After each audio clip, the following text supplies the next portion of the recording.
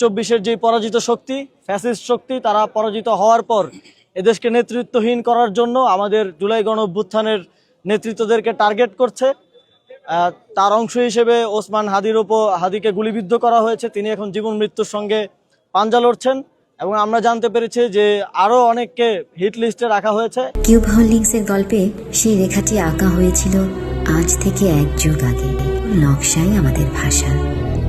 Cube holdings limited দীর্ঘ 9 মাস যুদ্ধের পর বুঝতে পারে এদেশের অদম্য সাহসী মুক্তিযোদ্ধাদের সাথে তারা কোনোভাবেই পেরে উঠবে না, এদেশের জনগণের সাথে কোনোভাবেই তারা পেরে উঠবে না। তখন পালিয়ে যাওয়ার ঠিক পূর্ব মুহূর্তে, আত্মসমর্পণের পূর্ব মুহূর্তে এদেশকে মেধাহীন করার একটি ঘৃণ্য ষড়যন্ত্র তারা করে এবং সেই ষড়যন্ত্রের অংশ হিসেবে 1971 সালের এই দিনে আমাদের বুদ্ধিজীবীদেরকে নির্মমভাবে হত্যা করা হয়।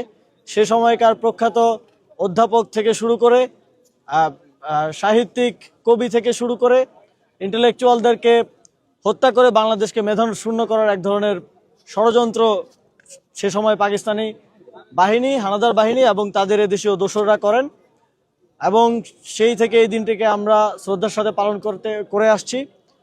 তারই একটি অংশ হিসেবে আজকে আমি এবং আমরা ঢাকা 10 আসনের যারা জনগণ আছেন তাদেরকে নিয়ে আজকে বুদ্ধিজীবী যেই কবরস্থান, বুদ্ধিজীবী যেই স্মৃতিসৌধ, সেখানে আজকে পুষ্পস্তবক অর্পণ করতে এসেছি এবং একই সাথে আমরা 1 মিনিট নীরবতা পালন করেছি।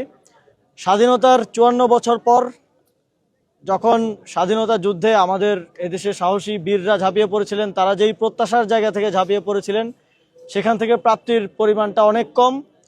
তবে আমরা একটা স্বাধীন দেশ পেয়েছি, স্বাধীন ভূখণ্ড পেয়েছি এবং সার্বভৌম রাষ্ট্র পেয়েছি। সেটা প্রতিষ্ঠার লড়াইটা আমাদেরকে এই গত 54 বছরও করে যেতে হয়েছে। সর্বশেষ এডিশন হচ্ছে 2024, যেখানে আরও শত সহস্র মানুষকে জীবন দিতে হয়েছে স্বাধীনতা এবং সার্বভৌমত্ব রক্ষার জন্য। আর আজকের এই দিনে আমরা দেখেছি গত 2 দিনে বাংলাদেশে কি ঘটেছে। আমরা দেখেছি ঠিক পাকিস্তানি হানাদার বাহিনী যেভাবে পরাজিত হওয়ার আভাস পেয়ে এদেশকে মেধাহীন করতে চেয়েছিল, ঠিক একইভাবে 2024-এর যে পরাজিত শক্তি ফ্যাসিস্ট শক্তি তারা পরাজিত হওয়ার পর এদেশকে নেতৃত্বহীন করার জন্য আমাদের জুলাই গণ অভ্যুত্থানের নেতৃত্বদেরকে টার্গেট করছে।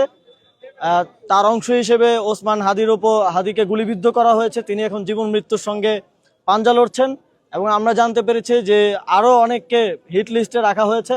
আমরা স্পষ্টভাবে বলতে চাই, 71-এ যেমন হানাদার বাহিনীর এবং তাদের দেশীয় দোসরদের ষড়যন্ত্র সফল হয়নি, ঠিক একইভাবে এবারেও পরাজিত ফ্যাসিবাদের দোসরদের কোনো ধরনের ষড়যন্ত্র সফল হবে না। বাংলাদেশ উত্তরোত্তর সফলতার দিকে এগিয়ে যাবে।